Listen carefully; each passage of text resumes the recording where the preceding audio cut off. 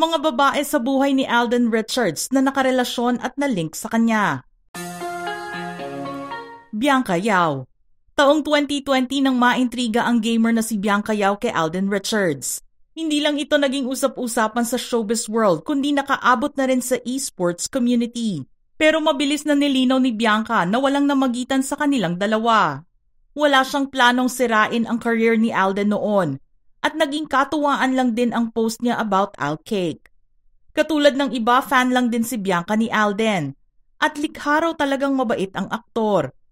Lumaki kasi ang issue dahil sa pagbibigay ng stars ni Alden habang nasa gaming livestream si Bianca. Luis de los Reyes. Simula ng career ni Luis sa GMA7, sinubukan siyang i-build up sa isang love team. Ang naging kapareha nga niya ay ang nagsisimula lang din sa showbiz na si Alden Richards. Napanood sila sa Alakdana noong 2011, One True Love at Twin Academy Class of 2012 noong 2012, at Mundo Mo'y Akin noong 2013. Love team lang naman silang dalawa noon pero sa revelasyon na ibinahagi ni Luis sa isang panayam, sinabi niyang para silang magjowa kapag nag-aaway. Away-bati rin ang mayroon sa kanilang dalawa. Nilinaw naman ni Luis na walang pagpaparamdam o panliligaw na ginawa si Alden sa kanya. Platonic friendship lang ang mayroon sa kanilang dalawa. Sam Pinto. Masyadong bata naman ang naging reaksyon at kasagutan ni Sam Pinto noong malink silang dalawa ni Alden at nabalitang nagde-date. Taong 2011 nang lumabas ang chismis na iyon, nakaagad naman niyang binigyan ng linaw. 2 taon ang tanda ni Sam kay Alden. Totoo naman ang pagde-date nila noong panahong iyon pero hindi nag-workout para sa kanilang dalawa ang pagpasok sa isang relasyon dahil bata nga ang tingin ni Sam sa aktor. Inamin naman ni Sam na super sweet guy si Alden. Hindi lang talaga siya komportable na makipagrelasyon sa mas bata sa kanya. Bea Binene. Dumanas naman ng pambabasyo si Bea noong panahong na-link ang kanyang pangalan kay Alden Richards.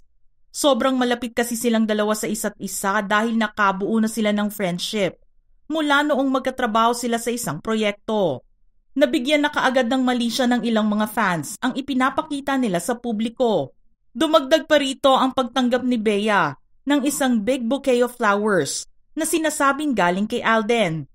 Naisulat pa nga na secret boyfriend daw ni Bea si Alden. Pero walang katotohanan ang lahat ng iyon. Maliban sa magkaibigan lang talaga silang dalawa. Pia Wurtzbach. Umamin si Alden sa isang interview noon na mayroon siyang crush kay Miss Universe 2015 Pia Wurtzbach. Dahil naging dabarkad si Alden sa Eat Bulaga, ay naging malapit siya kay Pauline Luna, na siya namang best friend ni Pia. Minsan din daw kasi ay nagpupunta si Pia sa studio para mag-hi kay Pauline. Doon niya nakikita si Pia ng simple lang ang suot. Pero noong manalo bilang Miss Universe, mas lalo niya itong nagustuhan. Pero hindi siya nagkaroon ng lakas ng loob para manligaw kay Pia. Julie Ann San Jose. Nagulat naman ang marami ng malaman at aminin ni Alden ang tungkol sa naudlot nilang relasyon ni Julie Ann San Jose. Sinabi niyang hindi nag-workout ang kanilang relasyon dahil siya mismo ang may kasalanan. Ginamit niyang dahilan ang kanyang pagkaabala sa trabaho. Inihingi niya ito ng tawad kay Julie Ann dahil pakiramdam niya ay iniwan niya sa ere ang singer. Hindi rin naging maganda ang paghihiwalay nila dahil matagal din silang hindi nakapag-usap. Hiling naman ni Alden na maging magkaibigan pa rin sila balang araw. Para naman kay Julie Ann, ibaon na lang daw sa limot ang tungkol sa nangyari sa kanila ni Alden. Winwin Marquez. Nalaman din ng publiko ang tungkol sa panliligaw na ginawa ni Alden kay Winwin. Iyon nga lang ay hindi alam ni Winwin ang tungkol dito.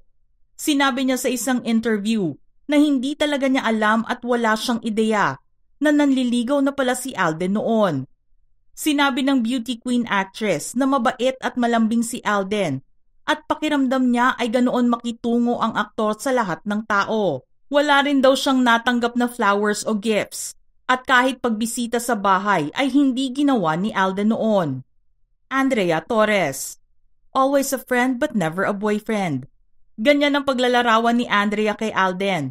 Nagkasama silang dalawa sa seryeng Victor Magtanggol at dahil sa dalas nilang magkaeksena, nakilala nila ang isa't isa. Mabait din ang masasabi ni Andrea sa aktor. Pero bago pa man nila gawin ang serye, magkasama na sila noon pa man sa isang telecom commercial. Natutuwa nga silang dalawa kapag napag-uusapan ang kanilang past bilang commercial models. Masaya rin sila dahil ang mga naging kasabayan nila sa commercials ay nakapasok din sa showbiz. Marian Rivera. Sinubukan naman ng GMA Management ang pagtambalin sina Alden at Marian Rivera sa seryeng Carmela, ang pinakamagandang babae sa mundong ibabaw noong 2014.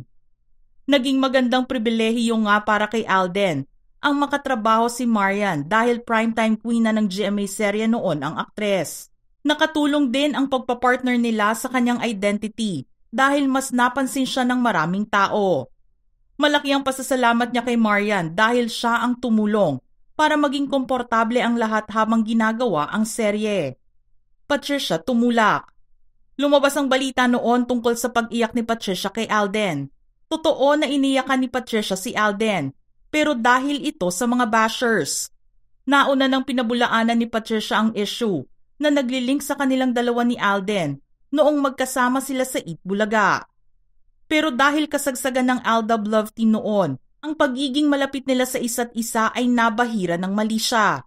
Kaya naman pinili na lang ni Patricia na umiwas kay Alden. Sinabi rin niya kay Alden na itigil na nila ang pag-uusap dahil maraming puna sa mga kilos nila. Wala mang mali siya ang mga ito, nahahaluan ito ng ibang kahulugan dahil sa mga fans. Barbie Forteza. Lumabas naman ang pangalan ni Barbie bilang isa sa mga gustong makasama sa trabaho ni Alden. Sinabi niya na nais din niyang makatrabaho ang younger generation o yung mas bata sa kanya at si Barbie ang agad niyang naisip. Nagkasama na silang dalawa sa isang episode ng Maynila noon. Pero mas maganda raw kung rom-com ang tema ng magiging proyekto nila kung mabibigyan ng pagkakataon. Sanya Lopez. Pinag-usapan noon ang closeness ni Sanya at Alden. Kakaiba kasi ang nakita ng mga fans sa mga litrato at videos na nailabas na silang dalawa lang ang magkasama. Nagsimula ang tungkol dito matapos nilang magsama sa unang pagkakataon sa isang episode ng Magpakailanman. Pero nilinaw ni Alden na mabuting magkaibigan lang silang dalawa at walang namagitang relasyon sa kanila ni Sanya. Hindi rin daw sila nag-date. Maine Mendoza. Maituturing na very successful love team ang nabuo ng Eat Bulaga nang iparehas nila si Alden kay Yaya Dub sa kalya serya na ginampanan ni Maine Mendoza. Walang nag-akala na magtatagumpay ang pairing na ito, na talaga namang dinagsa ng mga tao sa dati nilang studio sa Broadway, maging sa paglipat nila sa APT Studios. Pero ang tagumpay ng Aldab Love Team na ito ay dinala ng kanilang mga fans kahit natapos at na-dissolve na ang kanilang love team. Kung ano-anong chismis ang ipinapakalat nila tungkol sa dalawa, na sinabi mismo ni Maine at Alden na hindi nila alam kung kailan matatapos. Hanggang ngayon kasi ay pinag-uusapan pa rin ang tungkol sa kanilang pagpapakasal at pagkakaroon ng mga anak. Walang magawa sina Alden at Maine sa mga fans na patuloy nag-iisip ng ganito kaya para sa kanila kung ano ang gustong isipin ng mga fans, hahayaan na lang nila dahil alam naman nila kung ano ang totoo. Catriona Gray. Nang lumabas ang tungkol sa isyong hiwalayan ni Catriona at Sam Melby, ang pangalan ni Alden ay mabilis na nadawit bilang third party sa kanilang relasyon. Nagkasama kasi ang dalawa sa isang endorsement at doon na sila pilit na inililink sa isa't isa. Naging masaya lang si Kat noon dahil nakasama niyang muli sa trabaho si Alden. Sagot naman ni Alden sa chismis ay hindi siya nakikiapid at never niyang ginawa ang bagay na iyon sa buong buhay niya. Catherine Bernardo. Tila mas gumaganda naman ngayon ang relasyon ni Alden at Catherine sa isa't isa. Very obvious naman ito nang ilang beses nang makita ang dalawa na magkasama sa birthday celebrations ng aktres. May pa-surprise pa nga si Alden sa party na ginawa ng glam team at ni Mommy Min para kay Kat. Noong nakaraang araw lamang, nakita rin ang tila lambingan nilang dalawa habang kumukuha ng selfie sa harapan ng bar. Matatandaan na nadawit din ang pangalan ni Alden sa hiwalayan ng Katniel noong isang taon. Pero nilinaw ni Alden na wala siyang kinalaman sa bagay na iyon. Sadyang na-retain lang nila ang kanilang friendship noong ginagawa nila ang pelikulang Hello, Love, Goodbye na sinasabing magkakaroon ng part 2 very soon. Mga ka-showbiz peeps, anong masasabi nyo sa ating listahan ngayon? Just type in your thoughts in the comment section below.